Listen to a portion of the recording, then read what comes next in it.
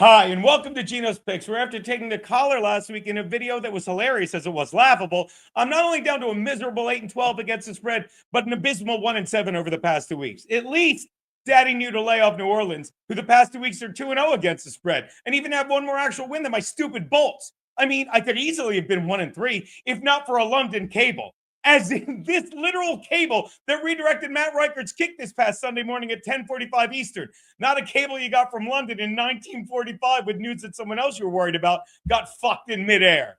If that kick goes through, it's 17-all and the Vikes run out the clock and kick the field goal and I get a cover. In any case, gotta laugh at this shit, which is exactly what I told you back in week 2. Remember that studio? When I actually had a winning week. Now you have a choice to make. Is Daddy due to bounce back in week 6 or is it time to go full fade? Hey, you do you, and let me know, because it doesn't break Daddy's heart which way you play it, so long as you break your bookie's bank and bust your gut laughing. So now, let's get to the picks. My first pick, the Cowboys are laying 3 to the Panthers in Carolina. Nothing could be finer, baby. Okay, I can admit I was wrong all last week, but none more so than betting on Jets head coach Aaron Glenn, who continues to shit the bed at a record pace after leaving the defensive coordinator job in Detroit, after his Jets set the dubious record of being the first NFL team to start out 0-5 without a single turnover.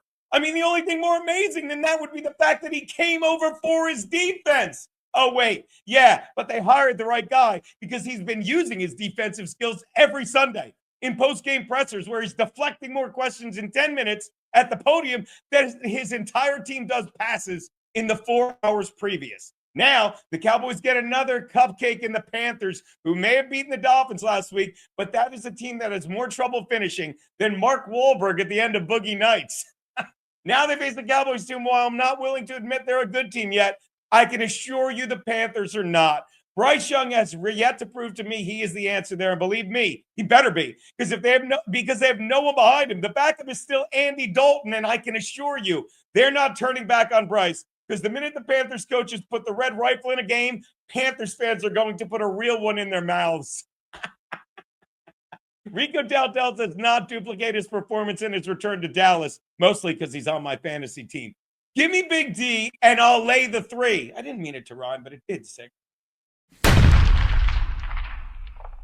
My next pick, the Patriots are laying 3 and a hook to the Saints in New Orleans. Remember them? Time to go against them again.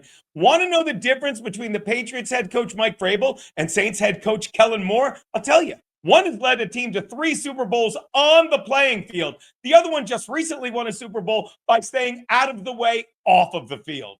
Now, the Saints have covered the last 2 weeks, but considering they managed to stay within 2 TDs of the now suspect Bills team and managed to beat a rookie QB in the Giants in his second start last week, it tells me one thing, that the brain trust of Kellen Moore and Brandon Staley have been able to do the one thing they're good at, take advantage of people somehow less talented than them.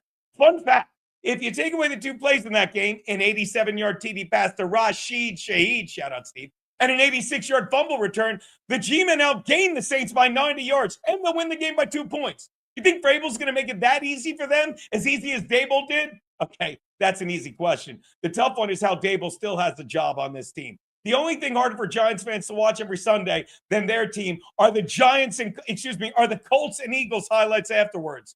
When I watch the games on Sunday here in the city, I'm not sure if that's CBS bleeping out the sound of fans cursing or him beeping as he continues to back his team into the NFC basement. Regardless, I'm taking the Patriots in friggin' the Meadowlands and laying the 3 and a hook. My next pick, the Lions are getting 2.5 from the Chiefs in KC. Just when you think you've seen everything in the NFL, they give you something new. Like this past Monday night, when Trevor Lawrence took a knee before scoring the game-winning TD, as it with just 23 seconds left in the game, Trevor Lawrence went down on his knees to blow my cover in the final seconds for the 3rd time in as many weeks as he got up and ran it in for the winning TD on a play that was hard to watch. Well, unless you were Chris Jones, in which case it was pretty easy. Guy had front row seats, which if that walrus of a head coach has any sense left, he'll give him front row seats next week, at least for the first quarter on the bench. Unlike the Chiefs, the Lions have picked up where they left off last season. While in KC, Chiefs Kingdom comes to grips with the fact They're about to lose their 4th game of the season in just 6 tries. Give me the Lions and the 2.5 they're getting.